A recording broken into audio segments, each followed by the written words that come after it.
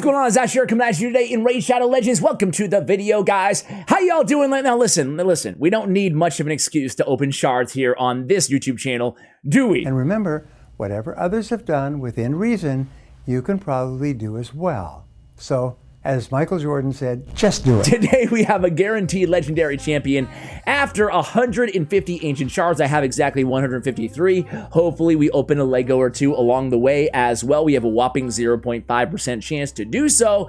But I really want to get my hands on this dude, Archbishop Pinthroy. He is a Sacred Order Spirit Affinity legendary champion, a newish champion, or a new champion to the game. First of all, aesthetically, he's pretty cool looking, right? He's got the whole, Roman Catholic Christian look going on right now. Very ordained, crosses all over the place. I love the robe. Just aesthetically, this dude looks really, really cool. I really want him in. Well, I'm guaranteed to have him, so that's pretty cool as well. On his A1, attack one enemy, transfers one random debuff from this champion to the target. Also has 75% chance of stealing one random buff from the target.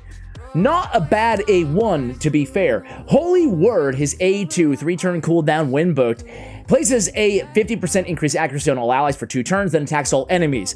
Has a 100% heal reduction, or places 100% heal reduction, debuff on all enemies for 2 turns.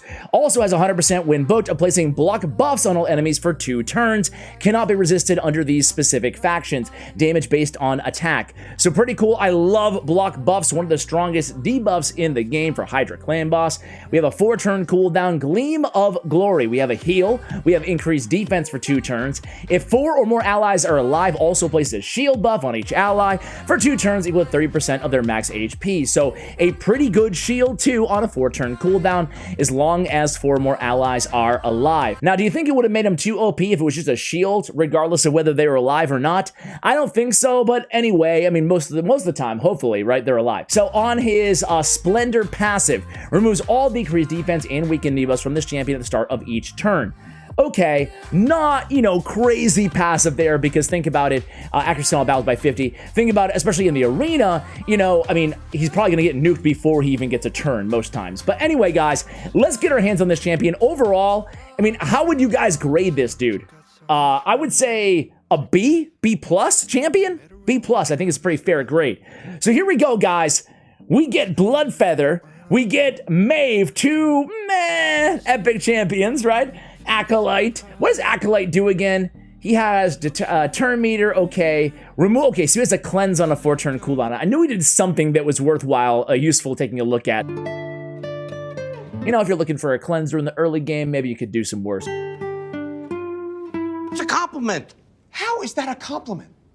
They're not that great. We got Diabolus, who, again, speaking of early game, one of my favorite champions, campaign farmable. We have a bunch of really, really underwhelming rares there in that batch. Here we go. Next up, we have Fleshmonger. Fleshmonger, thank God. I need to go in there and not use him as food, because I need to build him for the previous Doom Tower rare only, area. He has an extra turn with increased crit rate, increased attack on this champion. That extra turn allows him to do more AoE on the A3, a very hard-hitting ability, but it has the decreased defense as well, so he can be our debuffer on those secret room teams. So Fleshmonger definitely will be building him. Pretty crazy to get somewhat excited about a rare champion. I pulled him before, obviously, and I've used him as food. Anybody ever do that with a rare champion they want to build? They accidentally just keep using them as food?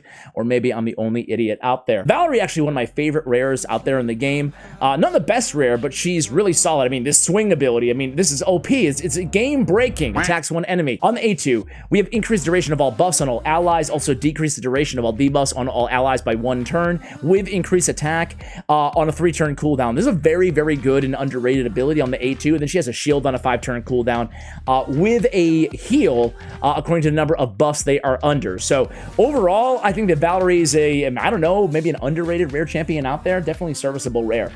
Could do a lot worse, right? So far, though, not much to write home about here, are we, guys? Necro Hunter, Lich, not excited, not excited. Let's keep it moving here. Come on, 1 legendary. I'm hoping for 1 legendary. Maybe I'm near my mercy timer. I have no idea. Okay, there it is. Boom, shakalaka.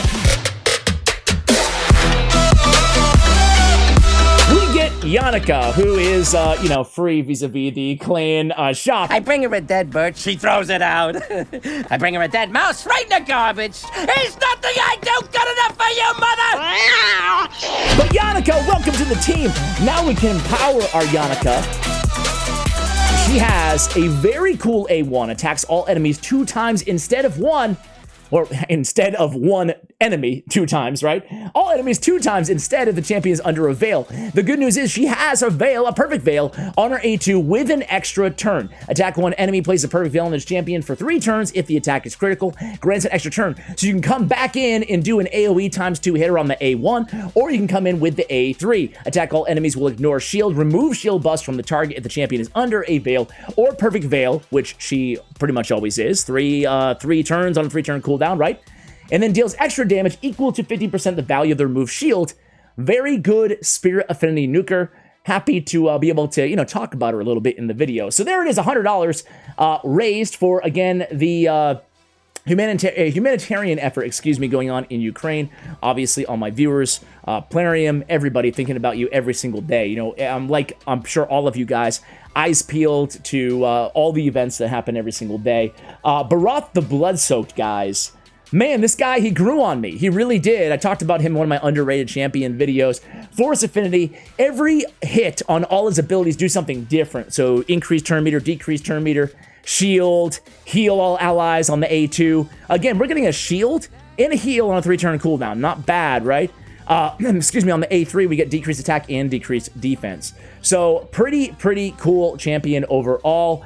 I know not a lot of people are super high on the champion, but I used him. I built him somewhat recently, and I used him for a secret room. I forget which one in Doom Tower Hard on one of the rotations, and I have to say I was pleasantly surprised. Game changer, you know, gonna change your account? No, but, you know, good kind of for those niche situations. Doom Tower secret room, faction wars, stuff like that. Soul Drinker, I'm a big fan of this champion too. He has a 3-time decrease bomb detonation. He has an AoE bomb after 3 turns on a 3-turn cooldown, hits hard anyway, and then he has, when he dies, places 2 bombs on each enemy that detonate after 2 turns. Also has bomb decrease detonation on his A1. So if bombs ever become meta in this game, more than they are right now, which is not very, but we do see some of the fastest teams in the world for what, Bommel, I guess? That's the only area that we see like bomb champions right now kind of creeping into the meta at all.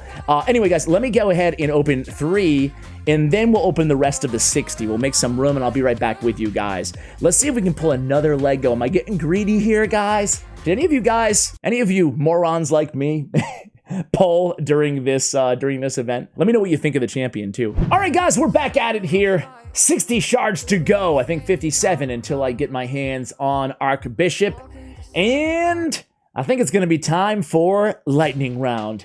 Let's go ahead and jump into it here, guys. Give me that legendary. Here we go. Boom. That was not a legendary. All right, let's try it again. Let's try it again. Second time's always a charm. Give me that Leggo. Boom. Okay, marksman. Okay, third time's a charm, not second time's a charm. Ash, come on, man. Give me that legendary. Boom. You freaking freaks! When will you learn that your actions have consequences? Okay. This is not going so well, is it, guys? Jareg is pretty solid, though. He's pretty solid. Here we go. We're going to take it slow. We're going to take it slow here. Frozen Banshee, Marked, Anointed, Honor Guard, Skull Sworn, Wagon Bane, Marked, Skull Sworn again, Pounder, Chopper. Get to the chopper. What are you waiting for? Okay, my Arnold impersonation needs some work. Umatogi, War Priest.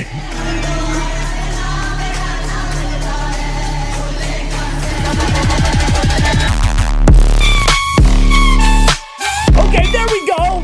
Oh, okay. There it is! It's Archbishop Pinthroy. Let's pretend that we're surprised. I got false excited. It was the guaranteed legendary. I should have had my, I should have been counting my legendaries, or my shards, excuse me, better. There he is, guys. We got our hands on the big fella. I think he's a big fella, right? I think he's got a pretty big frame, that guy, right? Yep.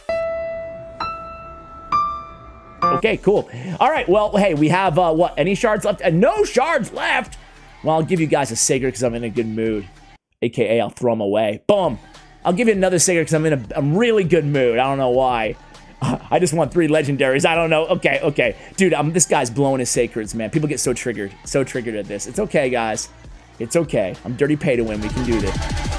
Let's talk today about daring to dream. That's it, guys. That's it. I'm saving my one lucky sacred. That will be the first shard that we open in the next sacred shard video here on the channel. That's $200 for charity, guys. Thank you so much for watching until the end of the video. I appreciate you guys, again, giving my love. And I don't know what else to say other than, you know, you ever feel kind of helpless, you want to do more. If anybody has any ideas, I am all ears. Maybe ways that we can kind of raise money together, anything that we can do to Plarium, maybe the content creators kind of team up.